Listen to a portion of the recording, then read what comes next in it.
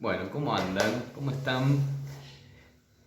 En la clase de hoy vamos a charlar sobre Charles Sanders Peirce, el fundador de la semiótica, y vamos a intentar que esta clase no sea tan extensa, sobre todo porque vamos a desplegar mucho material en el entorno virtual, pero bueno, es un autor muy importante que nos va a demandar mucho tiempo de reflexión, de lecturas, de discusiones, y es muy importante que lo tengamos arraigado, consolidado en nuestro recorrido, porque a partir de la propuesta de su teoría se van a ir desprendiendo otras teorías, como la de Eliseo Verón, la de Humberto Eco, que nos van a ser muy útiles para avanzar en la materia. No es ni más ni menos que el fundador de la semiótica norteamericana, así que le vamos a destinar el tiempo que sea necesario y obviamente estamos disponibles para las consultas que quieran hacer porque entendemos que no es un autor del todo sencillo.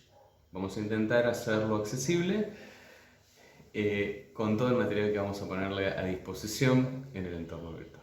En la parte de abajo de este video, en el entorno virtual, se van a encontrar con un link donde van a encontrar digitalizado este texto que es un texto editado por la Universidad Nacional del Litoral para la colección Temas de Cátedra Estudios Semióticos, en donde vamos a trabajar Peirce. Fíjense que no es muy extenso, es un texto de notas de cátedra, en donde se abordan los aspectos más importantes de su teoría.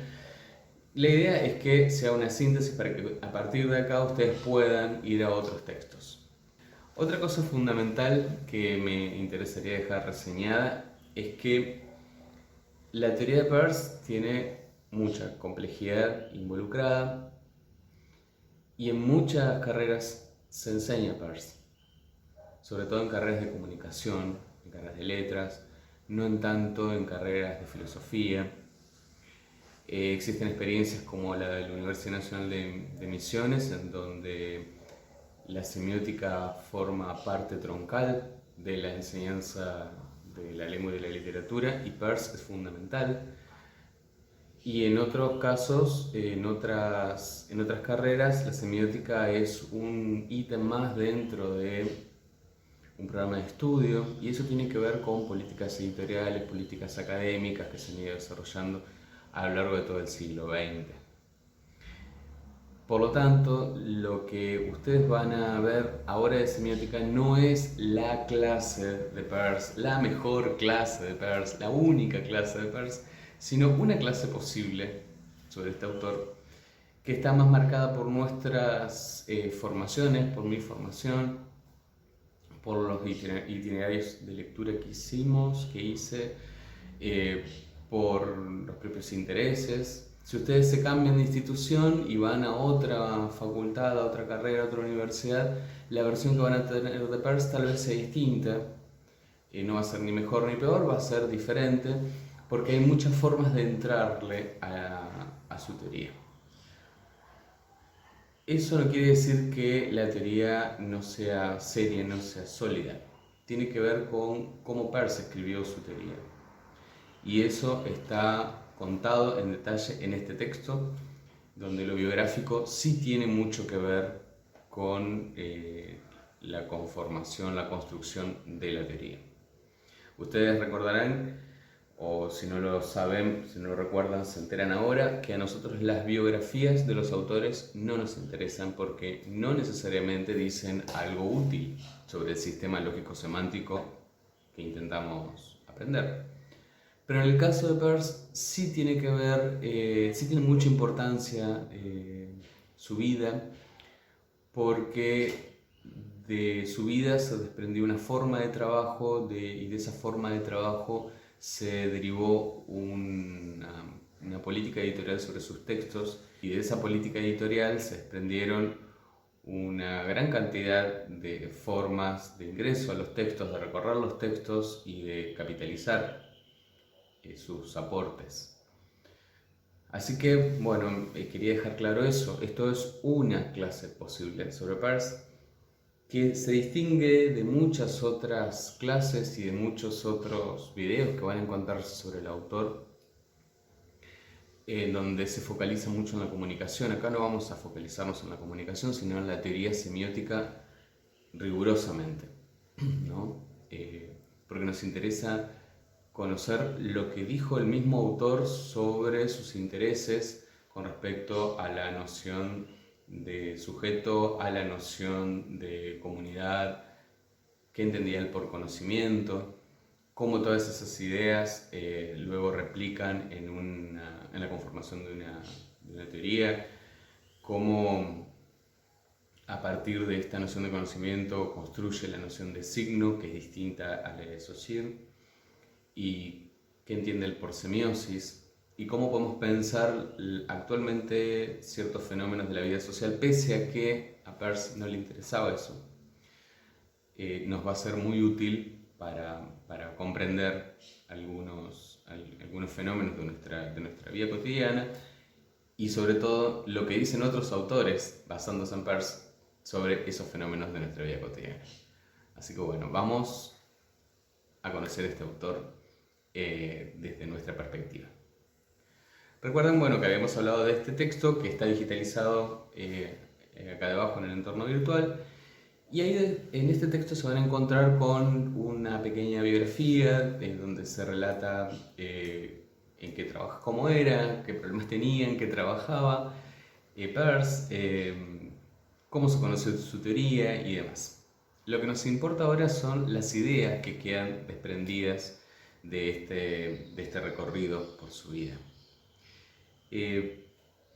Hay algunos momentos que nos interesa reseñar. Algunos están mencionados en este texto, otros no. Y les decía, hay algunos momentos de su producción teórica que me interesa reseñar para conformar una base de nociones para luego entrar a la teoría semiótica.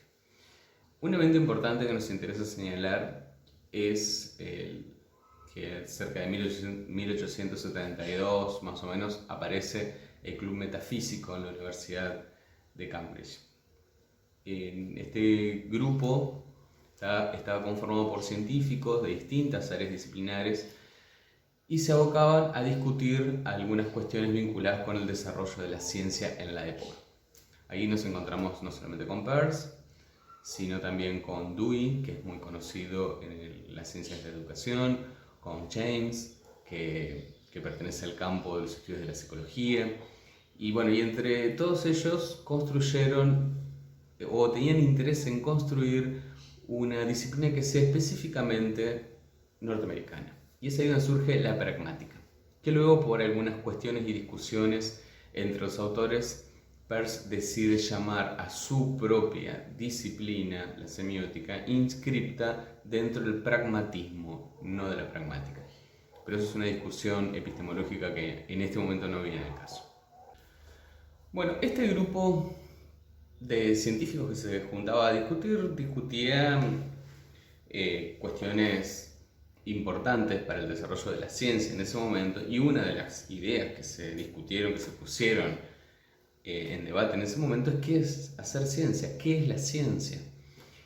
Y lo que postulaba en ese momento el pragmatismo, y sobre todo Peirce, en uno de sus escritos, puntualmente el texto La naturaleza de la ciencia, que es de 1905, es que para Peirce la ciencia es una acción que se desarrolla para el futuro.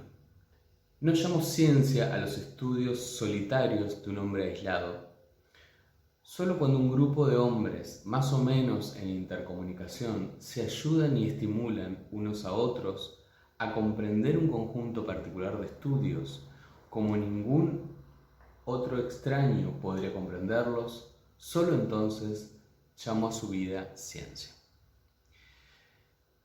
Lo mismo sucede en una carta que escribe a un intelectual de la época, Lady Welby, en donde dice Peirce: no hay necesidad de probar aquí que somos esencialmente sociales, que nuestra comunidad misma lo es. Somos sociales, en efecto, por el sentido instintivo de la dependencia mutua por el poder y la necesidad de la acción concertada, consciente y racional.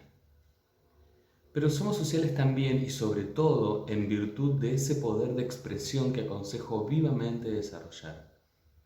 Y somos sociales porque sólo así podemos ser verdaderamente individuales, porque estamos condenados a trabajar para una inteligencia y una conciencia colectiva futura.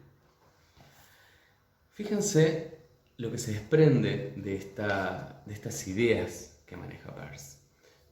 La ciencia es un trabajo cuyos resultados no se ven ahora sino en el futuro. La ciencia es un trabajo que no se desarrolla de manera solitaria sino colectiva y que es un trabajo que se hace para el futuro. Estas ideas también las podemos llevar a la educación, a los procesos de aprendizaje. Uno podría pensar que aprender es poseer un dato en el presente. Sin embargo, a partir de estas ideas que desarrolla Peirce sobre la ciencia, podríamos decir que tal vez aprender es un proceso que vamos a ver en el futuro. Y enseñar es trabajar precisamente no dando datos, metiendo datos en la cabeza de alguien, sino presentando metodologías para que un conocimiento pueda tener una acción o pueda tener un efecto en el futuro. Esa es una de las primeras nociones que me gustaría dejar aclaradas, ¿no? La noción de ciencia. Él era bastante crítico con la ciencia en ese momento, decía que la ciencia era un montón de gente convencida de lo mismo en un tiempo determinado. Y en esto coincide más o menos con Magariños de Morentín cuando dice que el objeto de estudio de la semiótica es la significación, es decir, cómo una comunidad le da sentido a determinadas cosas por un tiempo determinado y luego porque cambia, ¿no? La ciencia estaría dentro de esos procesos de una comunidad. Lo que me interesa señalar acá es la transitoriedad de la noción de ciencia. Incluso la transitoriedad, la construcción colectiva, ¿no? E incluso eso también tiene un impacto en la propia disciplina de Peirce. La propia teoría de semiótica de Peirce está planteada en esos términos. En la semiosis social de Eliseo Verón, ya vamos a ver por qué, cuando veamos Eliseo Verón vamos a ver por qué se llama la semiosis social. Eliseo Verón dice algo muy interesante sobre la teoría de Peirce. El pensamiento de Peirce es un pensamiento analítico disfrazado de taxonomía. No se trata, pese a las apariencias, de ir a buscar instancias que correspondan a cada uno de los tipos de signos. Cada clase define no un tipo, sino un modo de funcionamiento. Todo sistema significante concreto, digamos por ejemplo el lenguaje, es una composición compleja de las tres dimensiones distinguidas por Peirce en lo tocante a la cualidad, el hecho y la ley. Bueno, esto último por el momento lo vamos a dejar en suspenso, después lo vamos a retomar. Lo que me interesa acá es que quede claro esta idea de que es un pensamiento analítico disfrazado de taxonomía. Parecería ser que Peirce nos deja una taxonomía, una lista de ideas, de categorías que nosotros fácilmente vamos y aplicamos al mundo. Cuando lo que dice Verón es precisamente lo contrario. Parece una taxonomía, pero es un sistema de pensamiento analítico, es un sistema operatorio. Cada elemento de la teoría de Peirce es una forma de funcionamiento, describe una forma de ser de algo. Y si describe una forma de ser, una forma de comportamiento, lo que está haciendo es invitarnos, la teoría misma, a pensar cómo y por qué funciona de esa manera. Dada esta definición entonces de ciencia, de un trabajo que se desarrolla para el futuro, de un grupo de mentes que se interconectan para producir un conocimiento transitorio que luego va a ser ampliado y que su propia teoría es definida no como un grupo de categorías para aplicar a ciertos fenómenos, sino como un proceso que nos invita a pensar por qué y cómo funcionan los signos de determinada manera, tenemos entonces que preguntarnos qué es el conocimiento y qué son las ideas.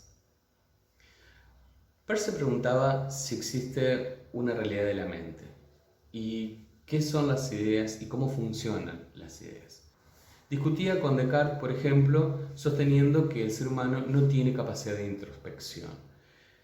Es decir, todo lo que conoce el ser humano está basado siempre en un background, en un conocimiento previo.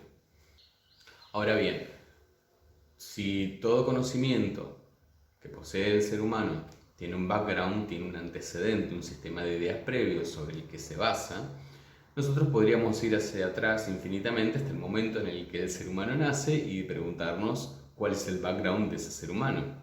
Si no tiene nada, no conoce nada, acaba de llegar al mundo, es, como se dice en cierta rama de la filosofía, una tabula rasa.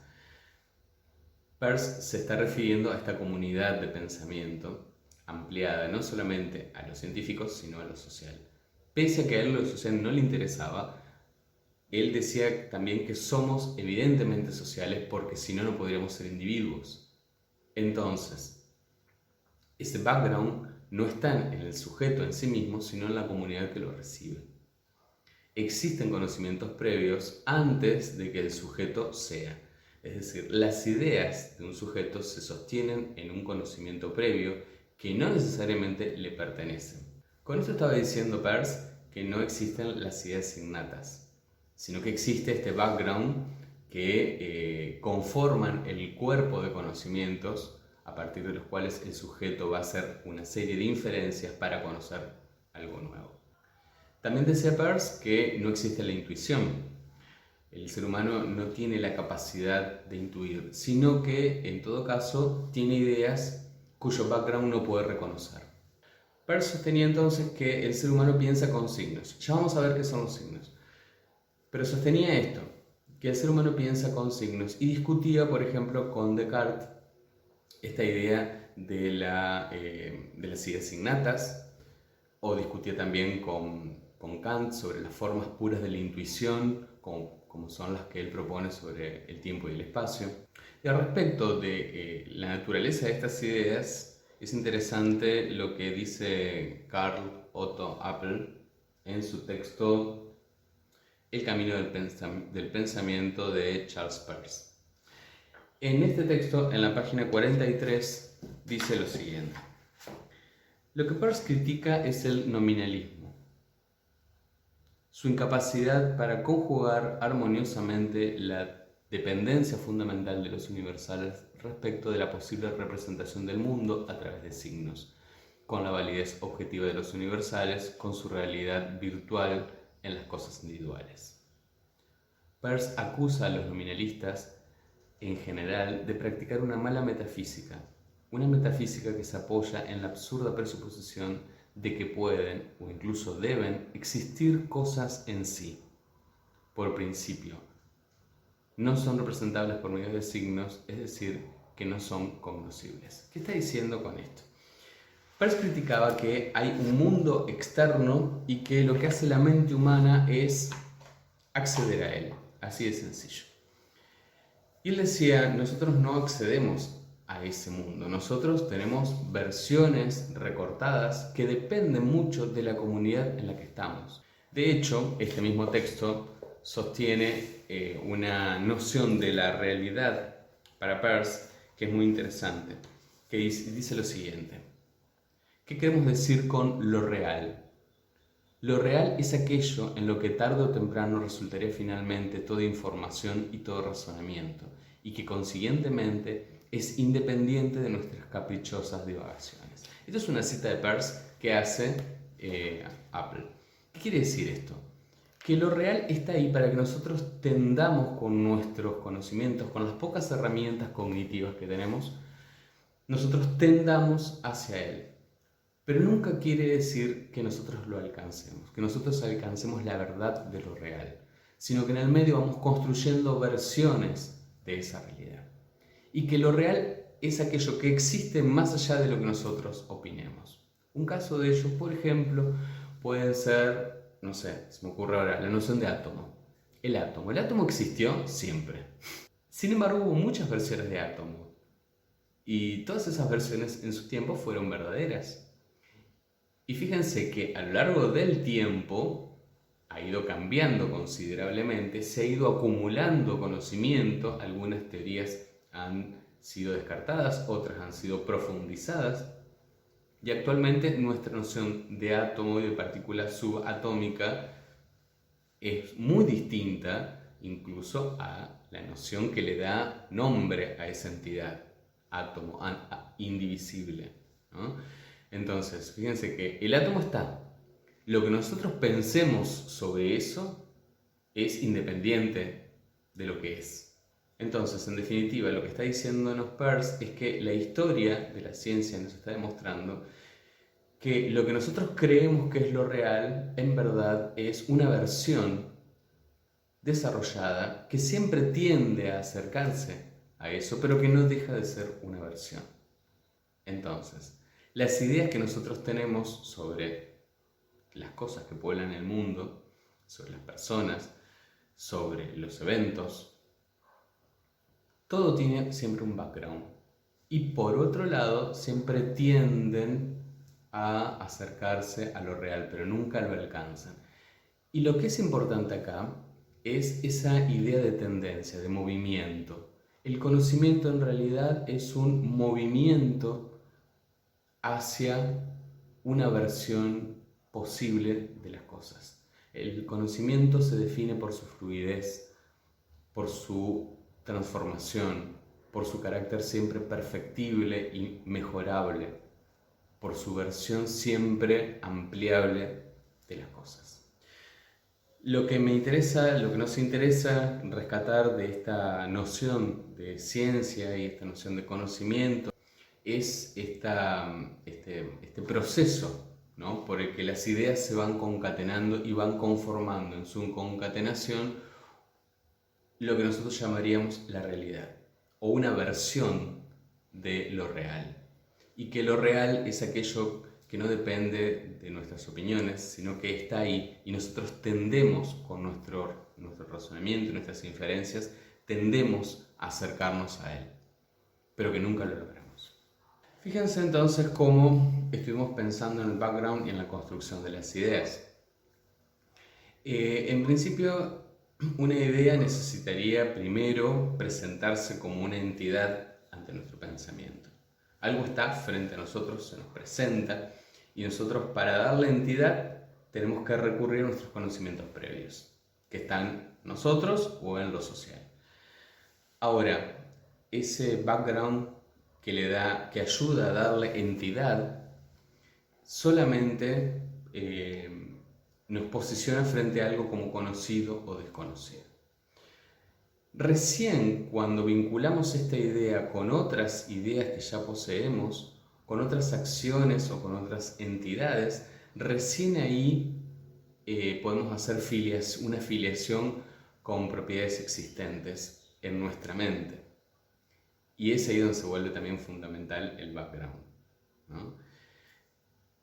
Ese segundo momento donde esta idea empieza a relacionarse con otras ideas, da la posibilidad de que a partir de esa relación, que es lo nuevo que se ha construido, recuerden, primero tenemos la entidad, luego a partir de la entidad se construyen relaciones, esa relación nos permite formar ideas complejas. Es decir, las ideas complejas no existen sin una relación y las relaciones no existen sin una entidad. No estoy hablando de una secuencia, sino que estoy hablando de una necesidad en la construcción de las ideas. Estos procesos, entidad, relaciones, complejidad o conocimiento, es lo que Peirce llamó respectivamente primeridad, segundidad y terceridad. Entonces, fíjense cómo a partir de percepciones sencillas nosotros podemos llegar a ideas complejas, y eso es una concatenación de un signo con otro. Esa concatenación de signos entre sí es lo que Peirce dio a llamar semiosis, pero vamos a verlo luego en detalle, en qué consiste la semiosis y cuál es la mecánica de la semiosis cuando veamos primero qué es un signo. Observen que este razonamiento también incluye desviaciones. En 1877, Peirce escribe La fijación de la creencia y habla de 4 métodos por los cuales nosotros conocemos. Uno es el de la tenacidad, el otro el de la autoridad, el otro es el a priori y el último método es el científico.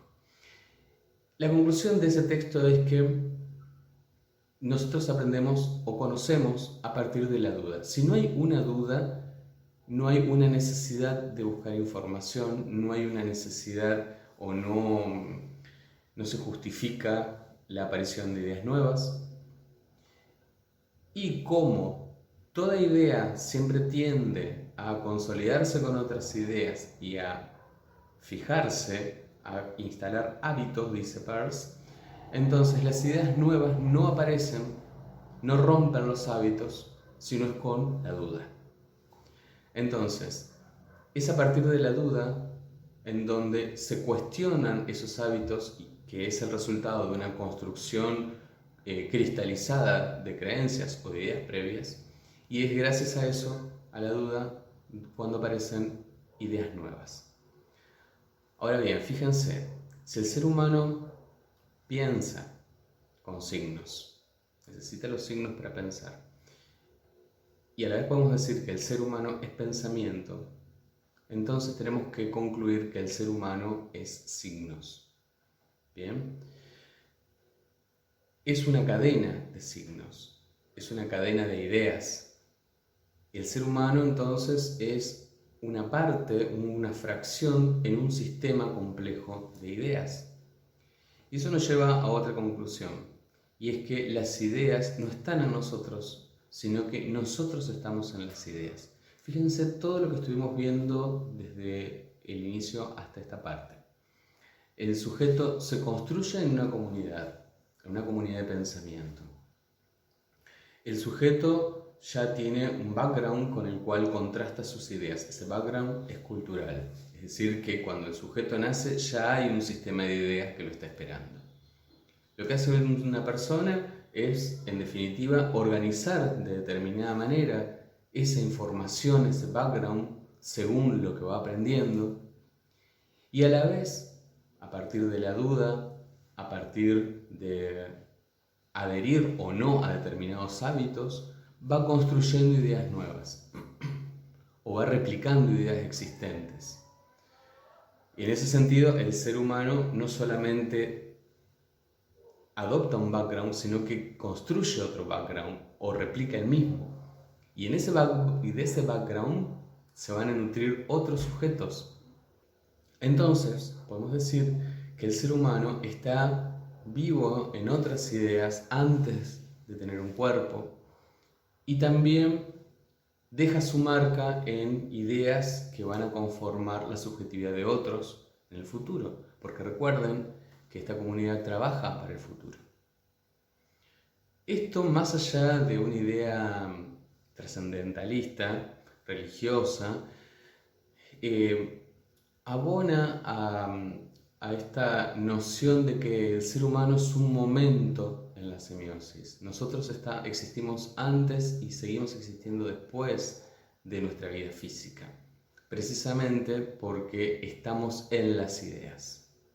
Bien, nos toca entonces pensar cuál es la naturaleza de estas unidades mínimas, que son las del signo, para llegar luego a entender qué es una semiosis. Todo lo que voy a comentarles ahora viene con una aclaración. Cuando hablamos de signo, no estamos hablando de cosas exclusivamente, ni de ideas exclusivamente. Estamos hablando de procesos. El signo, a diferencia del signo susiriano, el signo para Peirce, no es una entidad mental sino un proceso, es algo que ocurre y está definido en términos lógicos, no en términos psicológicos como lo hizo Saussure. ¿Cuál es la definición de signo con la que se van a encontrar? Dice Peirce, es algo que está en lugar de otra cosa en algún aspecto o capacidad para un tercero. Vamos a desandar esta definición. Por lo general se dibuja el signo con un triángulo y eso no es exacto, digamos. ¿Y por qué es importante señalar esto en una clase de semiótica? Porque a veces la forma en la que uno grafica una abstracción influye en el modo en el que vamos a comprender esa abstracción. No se puede hacer un triángulo, sino que tenemos que hablar de una triple hélice, ¿no? Tres elementos que se encuentran ligados a la vez, al mismo tiempo, en un punto. Se lo van a encontrar en muchos lados dibujado como un triángulo, pero si ustedes van a los borradores de Peirce, a las notas de Peirce, no es un triángulo, es una triple hélice, como se van a encontrar en el texto que les dejamos acá abajo linkeado. Bien, entonces, ¿cómo Peirce define el signo? Él dice, es algo, es decir, algo que se presenta ante nuestra intelección, algo que impacta nuestros sentidos, que todavía no sabemos qué es algo. Ese algo es la primeridad o representamen de la que habla Peirce y es la cualidad presentativa del signo. Ese algo está en lugar de otra cosa. Esa otra cosa, llamada también objeto o segundidad, puede ser una idea, puede ser un material, algo de material físico, lo que sea. Y ese es el carácter representativo del signo. Algo que está en lugar de otra cosa para un tercero. ¿Qué quiere decir ese tercero? Ese tercero Peirce lo llamó interpretante o terceridad. Y es también entendido como un sistema de ideas. Y este sistema de ideas es el que permite conectar primeridad con segundidad. Entonces, algo que está en lugar de otra cosa, pero para una terceridad o para un interpretante. Que no es lo mismo que intérprete. Intérprete fue un agregado de Charles Morris cuando quiso adaptar la teoría de Peirce a la lingüística. Peirce nunca habló de intérprete, él habló de interpretante. Entonces, ese algo puede ser un ruido que está en lugar de otra cosa, por ejemplo un choque, para un tercero, por ejemplo nuestra mente. Estamos acostados, escuchamos un ruido y inmediatamente reponemos choque. Pero también puede ser para una inteligencia artificial un estímulo lumínico, ¿no? O nosotros cuando tocamos la computadora, el teclado, hacemos una acción y esa acción, que es la interrupción de una corriente eléctrica en el teclado, es algo que está en lugar de otra cosa, por ejemplo la letra ñ, para un tercero. Esto es el sistema computacional que está decodificando eso. Los animales se comportan de esa manera, las células, el ADN se comporta también de esa manera cuando interpreta cadenas de proteínas. El universo también se comporta de esa manera cuando ante una acción tiene determinadas reacciones. Allí donde se da ese proceso estamos en presencia de un signo. Ahora bien, esa es la primera cualidad del signo.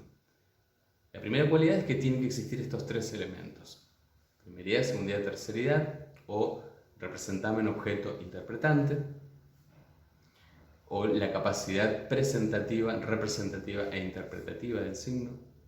Pero esa es la primera cualidad, decíamos. La segunda cualidad es que necesariamente tiene que ser primeridad de otro signo igual o más desarrollado. ¿Qué quiere decir esto?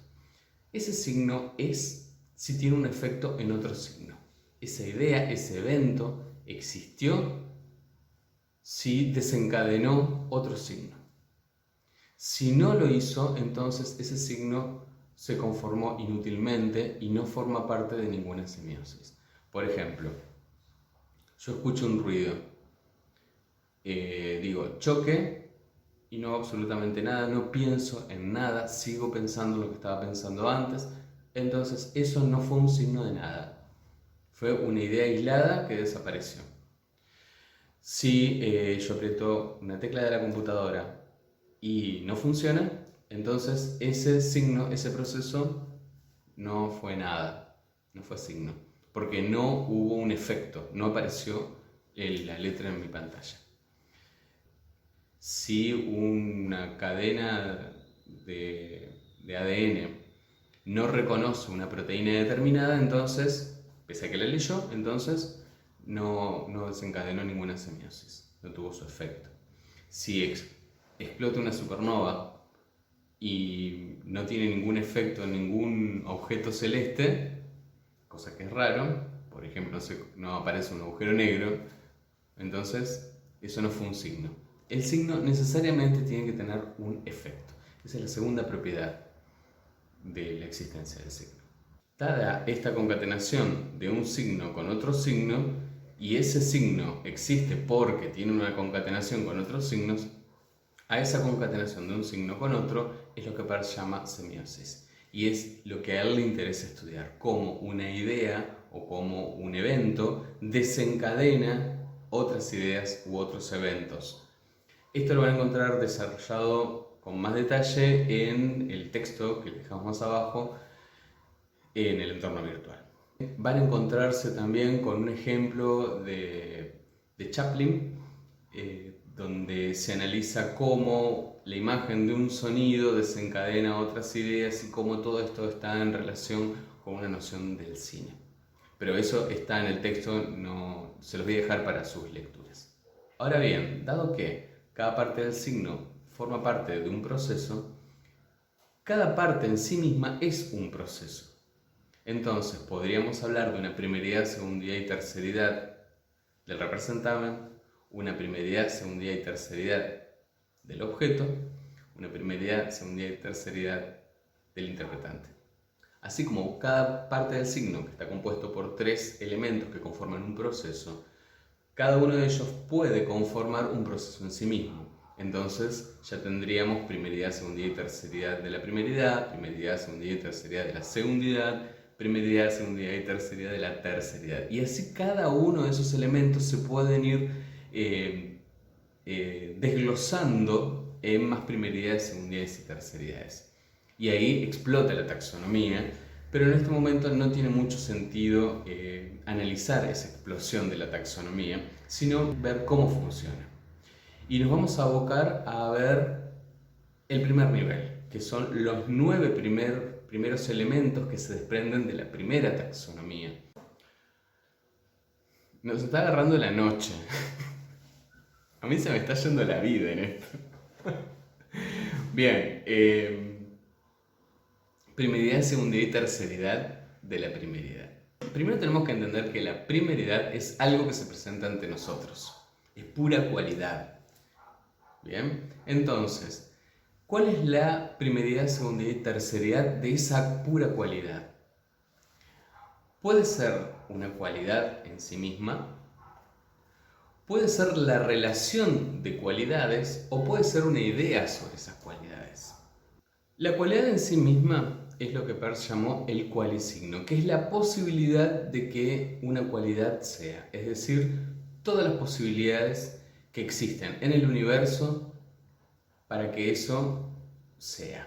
Entonces, por ejemplo, en el cualisigno entra toda la gama de los posibles colores, toda la gama de las posibles texturas, toda la gama de los posibles sonidos, toda la gama de los posibles sabores y todo aquello que impacta en nuestros sentidos. Bien. Después está la ejecución de esa primeridad. Nosotros no podemos ver toda la gama de todo, porque solamente podemos ver entre el infrarrojo y el ultravioleta. Entonces ahí se acorta muchísimo la percepción. Vemos siempre de manera recortada la realidad según lo que nos permiten los sentidos. Ahora bien, sobre eso también hay un criterio que se opera en aquello que vemos. No escuchamos, ni vemos, ni olemos, ni saboreamos, ni tocamos todos los posibles eventos de la naturaleza, todas las posibilidades de la naturaleza. siempre es una selección de todo eso. Entonces, de lo que es posible, la segundidad de esa primeridad es la selección, y eso se le llama sin signo. Entonces, teniendo el sin signo, que son todas las posibilidades, seleccionamos de eso una gama discreta de posibilidades, que es los elementos acotados. ¿Qué quiere decir esto? No que del cualisigno se va a desprender el sin signo, sino que el sin signo existe gracias a que hay cualisigno, hay una relación de necesidad.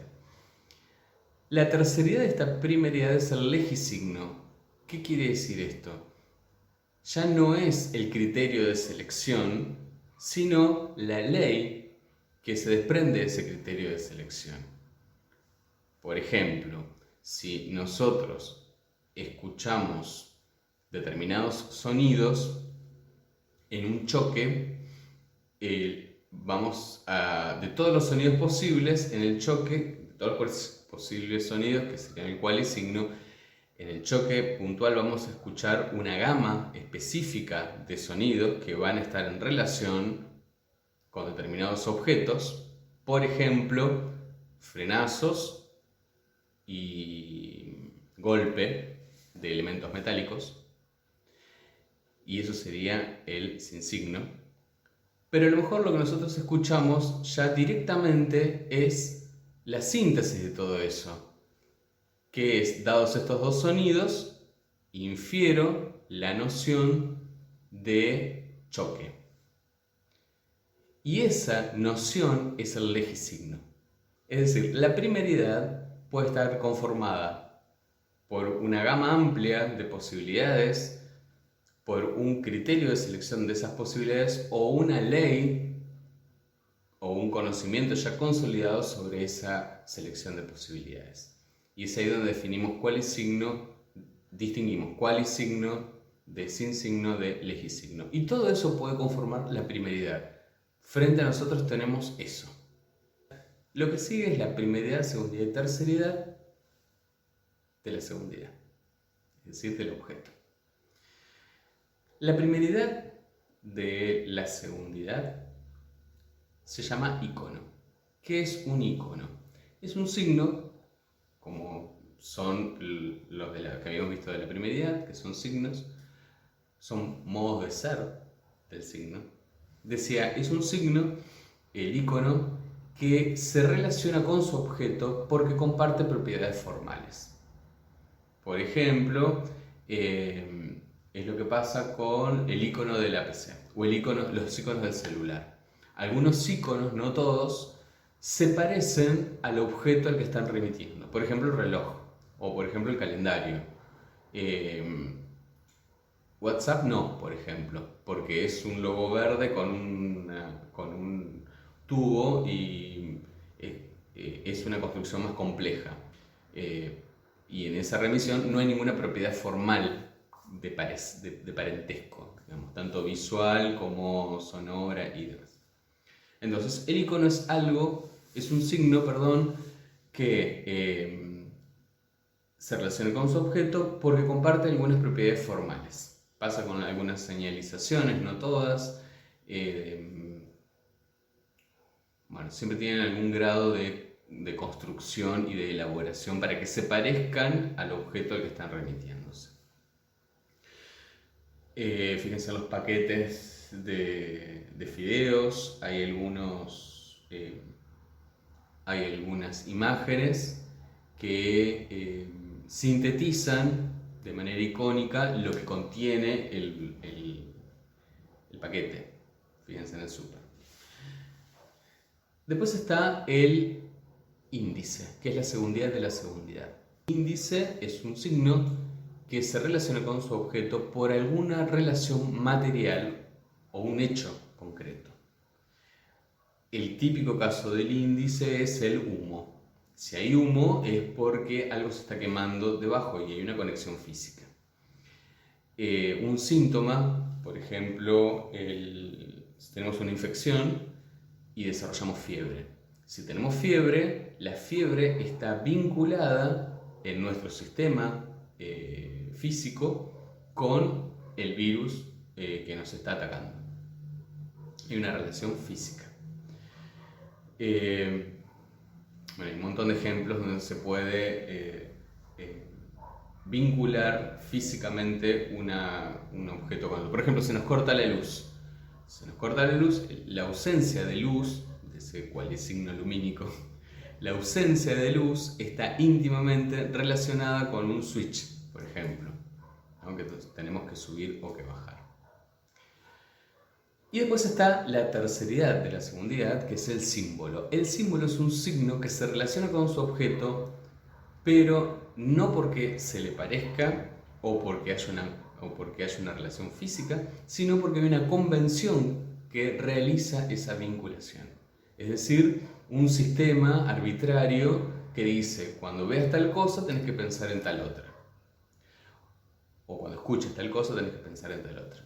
Por ejemplo, el lenguaje es simbólico, porque no hay ninguna relación para que la palabra tal se parezca al objeto tal, o remita al objeto tal, quiere decir, remita al objeto tal. Para un médico, mientras que para nosotros la fiebre es un indicio, para el médico es un símbolo, porque el médico relaciona ese signo con un sistema mucho más complejo de ideas. Los símbolos religiosos son precisamente simbólicos porque no hay ningún parecido entre el signo y el objeto que representan, sino que son arbitrarios, ¿no? Las marcas de los productos no necesariamente están relacionadas con el objeto que están representando, sino que hay un sistema de ideas que hace esa relación. Y finalmente, la primeridad, segundidad y terceridad de la terceridad, que sería la del interpretante. Y ahí ya estamos hablando de ideas, conformación de las ideas complejas. Si pensamos a la terceridad como una noción compleja, desprendida de procesos que se han desarrollado previamente, la posibilidad de una idea en realidad es la afirmación, darle entidad a una idea. ¿Recuerdan hoy cuando hablábamos del aprendizaje? Lo primero que se necesita es darle entidad a algo. Bien, entonces, la idea que le da entidad, esa es la primeridad de la terceridad y se llama rema. El rema tiene la función de darle entidad, decir esto existe. Tiene un nombre o se puede encontrar su vinculación con un background. Ahora bien, la segundidad de esa terceridad ya es una idea compleja, desprendida de ese rema. Y es ahí donde tenemos que hacer la relación entre un rema y otro rema. Dos entidades.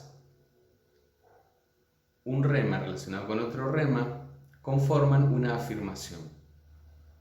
Y esa afirmación está directamente relacionada con el mundo, con las ideas previas, con los conocimientos que se poseen con antelación. Y eso es lo que se llama decisigno o signo dicente. El decisigno es un signo que afirma algo del objeto al que está refiriéndose. Y finalmente, la concatenación de decisignos, los signos dicentes, nos dan la terceridad de la terceridad, que es el argumento, que es una noción compleja sobre el signo al que se está refiriendo, donde aparecen ya las cualidades sobreentendidas y demás.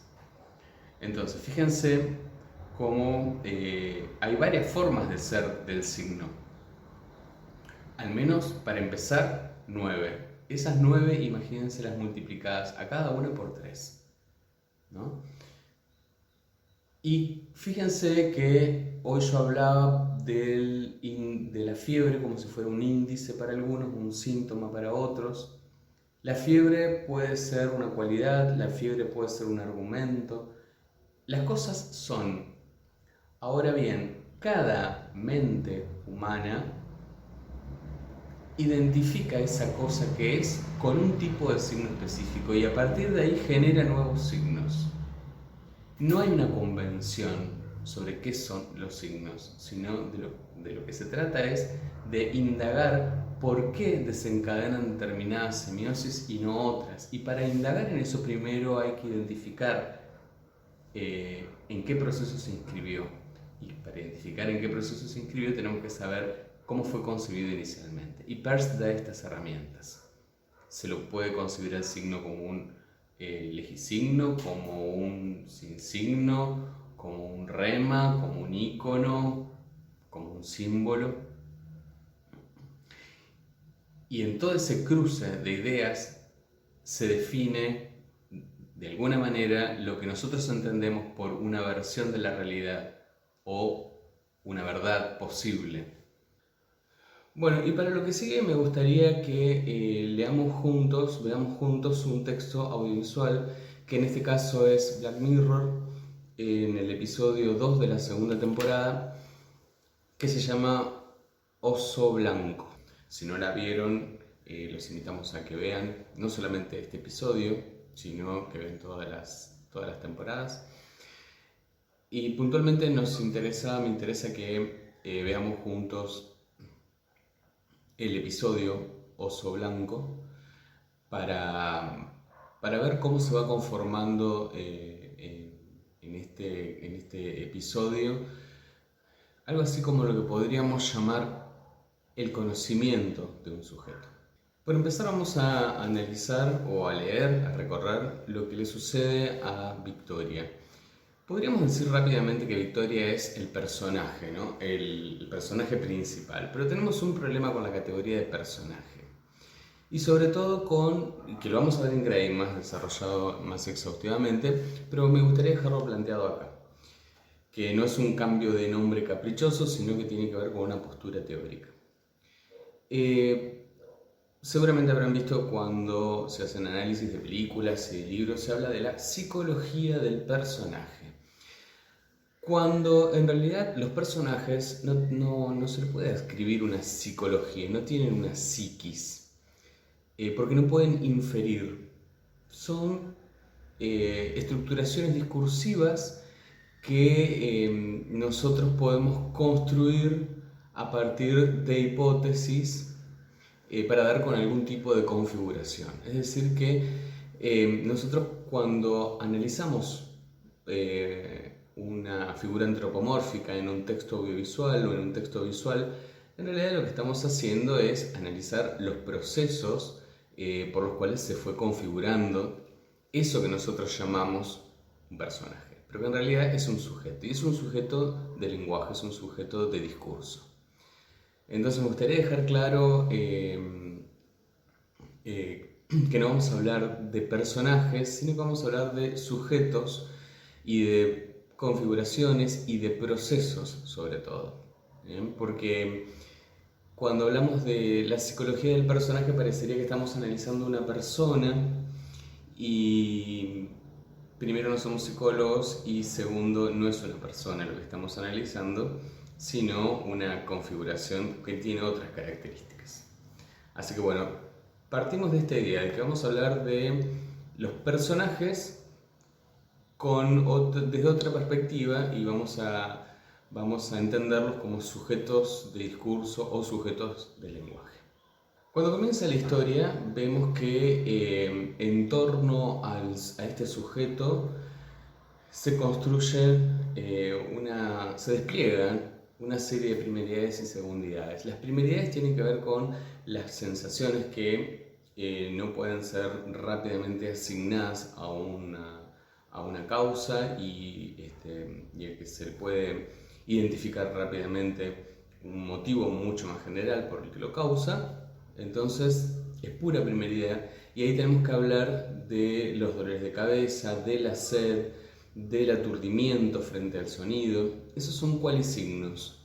No existen una relación entre ellos y no existe una causa que relacione un elemento con otro. Recién lo vamos a entender sobre el final. Y también hay desplegadas algunas segundidades, como por ejemplo indicios.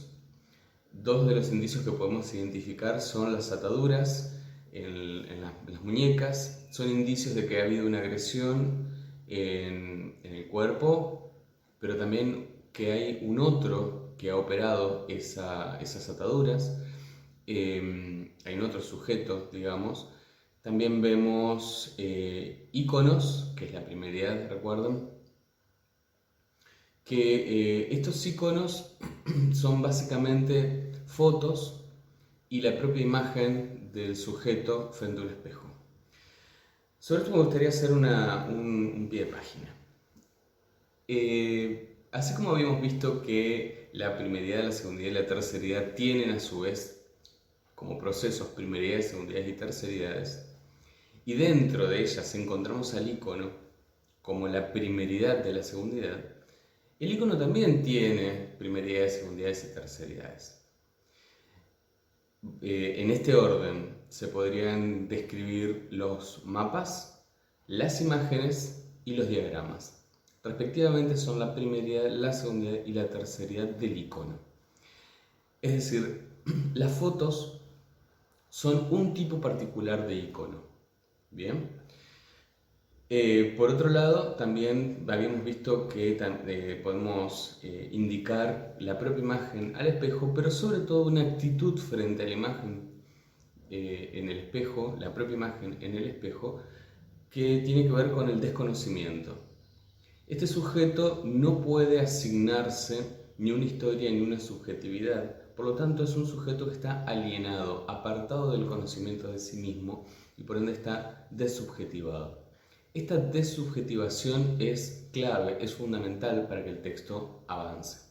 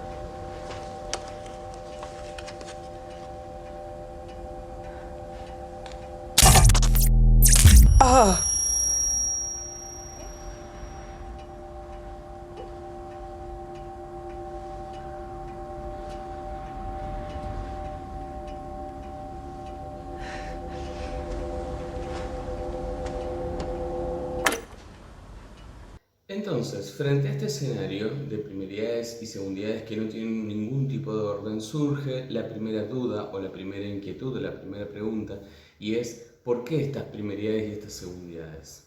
¿Por qué estos objetos? ¿Por qué estas sensaciones? Entonces, fíjense que hay, a partir de la duda, una tendencia desde la primeridad hacia la terceridad, es decir, hasta construir y organizar estos datos para llegar a conclusiones que expliquen la situación en la que se está desarrollando el sujeto. La primera gran acción frente a todos estos datos es preguntarse por qué. ¿Por qué esta primeridad y esta segundidad? Obviamente ella no dice por qué esta primeridad y esta segundidad, sino que frente a estos datos dispersos que que se presentan frente a la intelección, de qué manera se los puede explicar, cuál es el orden que siguen. Lo primero que hay que hacer entonces es construir remas que son afirmaciones que organizan estos datos que vienen de la percepción. Y a partir de esos remas se tienen que construir designios que son relaciones entre los remas y que permiten formular hipótesis, y a partir de esa formulación de hipótesis llegar a argumentos que expliquen de manera lógica lo que está sucediendo. Ahora bien, para construir argumentos, para construir designios, para construir remas, se necesitan siempre datos y procesos de inferencia para relacionar esos datos. Bien, y tenemos de dos tipos. Por un lado, datos e inferencias que vienen dados por otros, donde le explican qué es lo que sucedió. Y por otro lado, tenemos datos e inferencias que son recuerdos fragmentarios sin ningún tipo de conexión y que se activan frente a determinados estímulos, principalmente frente a estímulos lumínicos, que son otro tipo de primeridad. Esos datos, que son diferentes, no pueden inscribirse en determinados procesos de inferencia, por lo tanto no se puede construir un argumento a lo que está sucediendo, un argumento final y definitivo de lo que está sucediendo, y eso hace que se vaya dilatando la acción y la resolución del enigma. I've tried that fun fork in the road since it started. Since what started? Oh. You really don't know? There was a signal, like pictures, flashing pictures. They just appeared on every TV, every computer, anything with a screen.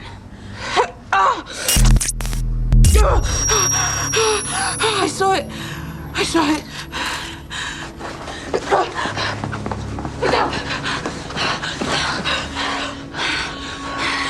It did something to people. Like almost everybody just became onlookers, started watching, filming stuff. Like spectators who don't give a shit about what happens. It's like 9 out of 10 people now. But not us. Some of us weren't affected, I don't know why. But like that man with the gun and that woman. I call them hunters. You might have noticed that's what they do. They seemed normal to begin with, but then they realized they could do what they wanted. And they started taking stuff, making cars because they could, doing what they like, and not just with things, with people. It got worse and worse. And now they've got an audience. So this thing on the TV. The signal. That's what's doing it. That's what's making them act like this. I guess they were always like that underneath. Just needed the rules to change, for no one to intervene. What are we gonna do? What are we gonna do? We do nothing, we get out. Well, where's out? White Bear. What? White Bear.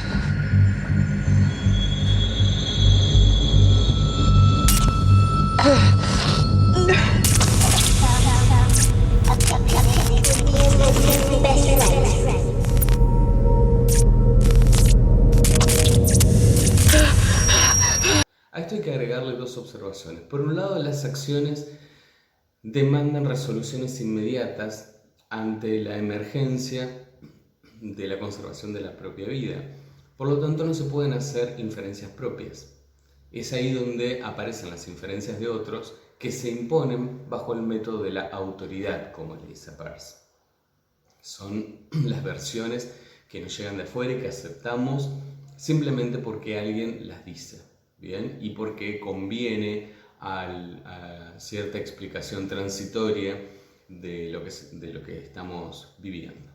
Y por otro lado, hay un momento en donde parece que emerge una intuición en donde el sujeto puede predecir, es decir, adelantar qué es lo que va a suceder, decir algo antes de que ese algo suceda, mencionar algo antes de que ese algo suceda. Y esto en realidad no es más que un flashback, es decir, la recuperación de cierto background que ya existía.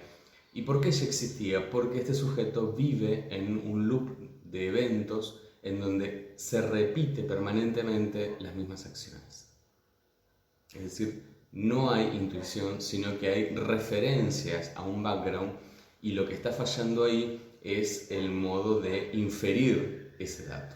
I know a safe place we can go. The woods. Your safe place is in the woods.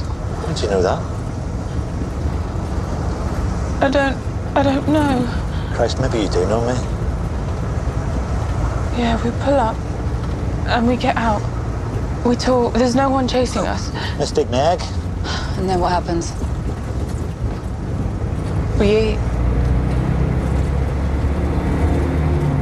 Entonces, frente a esta duda surge la primera hipótesis, y es que su cuerpo se encuentra en una relación de sujeción y de asimetría en relación con otros cuerpos, los cuales están amenazando su integridad física. Es decir, esta asimetría está en lugar de una noción de culpa para un sistema de justicia, que es el que Victoria maneja, que es el que Victoria conoce. Ahora, todo esto tiene su efecto, y es decir, estamos frente a una situación avalada por esta noción de justicia, esta terceridad, una situación que está en lugar de la muerte para un nuevo concepto de justicia que nosotros desconocemos y que el sujeto en cuestión, Victoria, también desconoce. Ahora bien, esto nos lleva a una segunda duda y a una segunda pregunta. Si esto es así, ¿por qué esta situación en donde hay una amenaza a la integridad física y psíquica no solamente se desarrolla en un nuevo concepto de justicia, sino que además es un entretenimiento para otros? Esto es, hay una noción de justicia que está en lugar de un espectáculo para una comunidad, un sistema mental o un sistema de ideas futuro.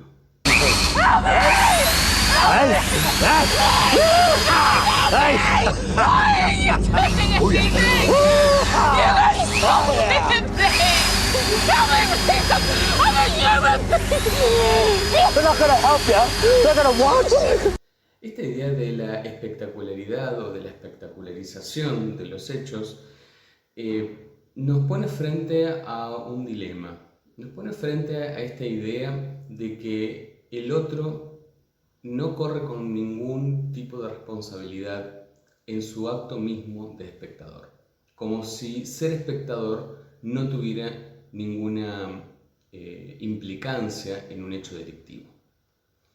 Cuando precisamente el sujeto que está siendo objeto de nuestra observación, que en este caso es Victoria, está pasando por esa misma situación por haber sido espectador. You filmed what he did. A poor wee girl. Helpless and terrified. And you just watched. Well, how do you like it now? How do you like it? Este nuevo sistema, esta nueva terceridad, que es este sistema legal, que se ha transformado en un sistema de espectacularización, transforma las segundidades.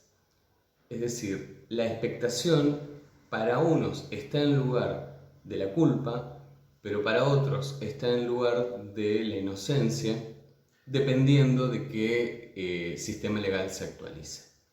Es decir, se invierte en uno y en otro caso, se invierte la relación ética entre el sujeto y los otros que están implicados. Esta inversión en la relación ética entre el sujeto y los otros se da pura y exclusivamente por el proceso de desubjetivización. ¿Qué quiere decir esto? Que el sujeto necesariamente tiene que convertirse en objeto de expectación, en objeto de espectáculo.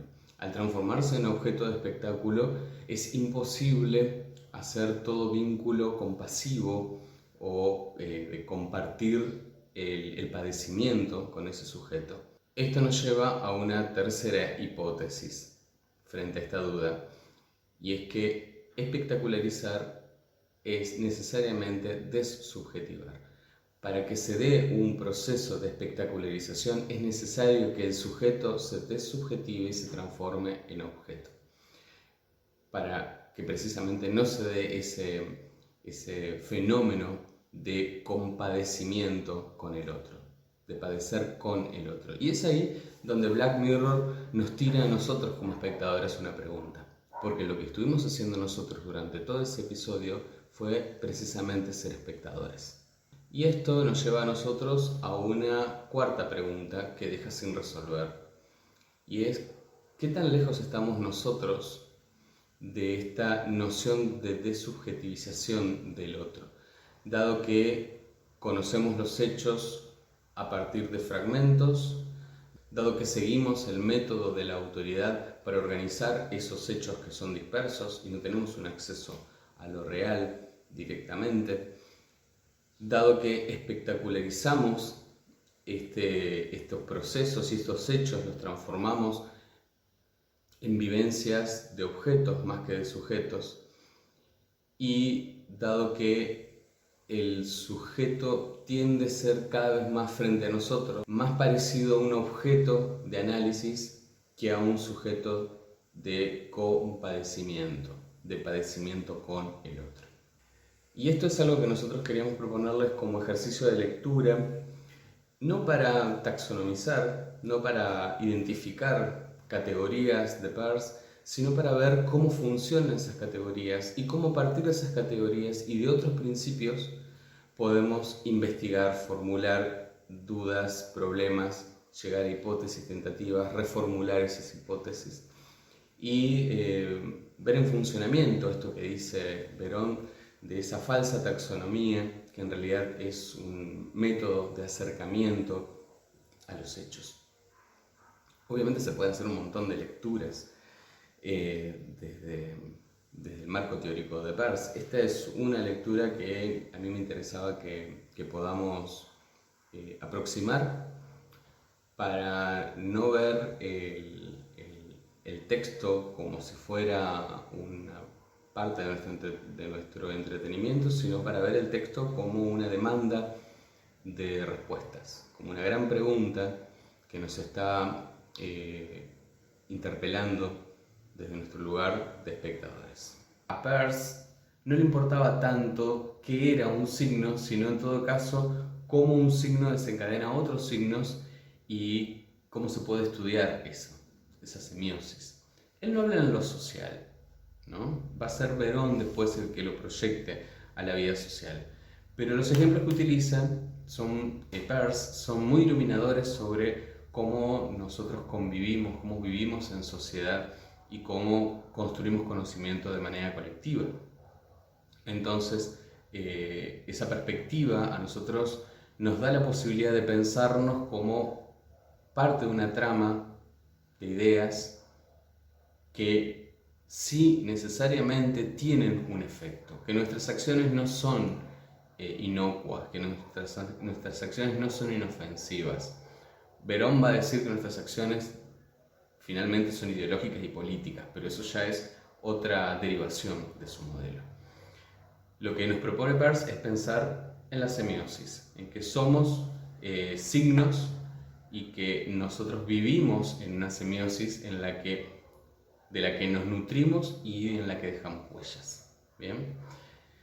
Todo esto lo van a encontrar más desarrollado en el entorno virtual y van a encontrar una síntesis de su biografía, un ejemplo con un texto de Borges que se llama Dos animales metafísicos. También van a ver algunos ejemplos de publicidades que trabajan mucho lo icónico, lo simbólico, algunos remas. Van a ver dos artículos, una de Bettina Kessler y otra de Juliana Spizzo, donde se trabaja desde el humor y de las redes sociales algunos ejemplos y creo que es suficiente. Bueno, algo muy importante que quiero que se lleven de Peirce. Peirce dejó una huella muy importante en la semiótica, no solamente porque fue el fundador, sino porque la teoría que desarrolló todavía sigue siendo estudiada, todavía sigue siendo analizada y aprovechada por muchas áreas del conocimiento. Es muy importante que se lleven algo de Peirce, que tengan algún interés por este autor. Les decía, no solamente porque fue el fundador de la semiótica norteamericana, sino porque todavía aporta herramientas para pensar, ¿no? Para pensarnos a nosotros como sujetos que formamos parte, una parte pequeña de una semiosis, pero no por ello menos importante. Y algo muy clave es que no es Peirce, es Peirce. Entonces, acuérdense de eso. El signo no es un triángulo y no es Peirce, es Peirce. Bueno, la seguimos con Roland Barthes en el video que viene. Nos vemos.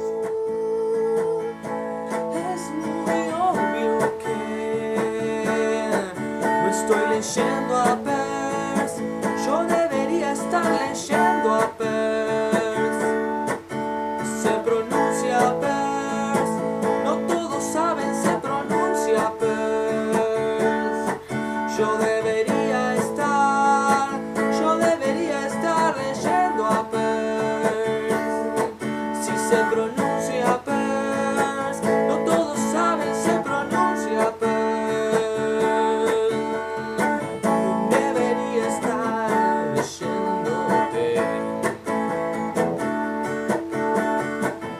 Debería estar con los autores.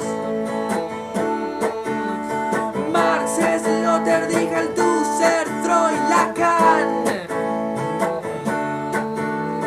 Deserto, Bourdieu, Foucault, Deleuze, Derrida, Heidegger, Heineken, un poco más, Sarlo, Canclini, Dorfman y Matelar, Jacobson, Quebrat, Saussure, Dubois, Barthes, se pronuncia Barthes, se pronuncia Barthes, y se pronuncia Peirce. No digas Peirce hermosa porque es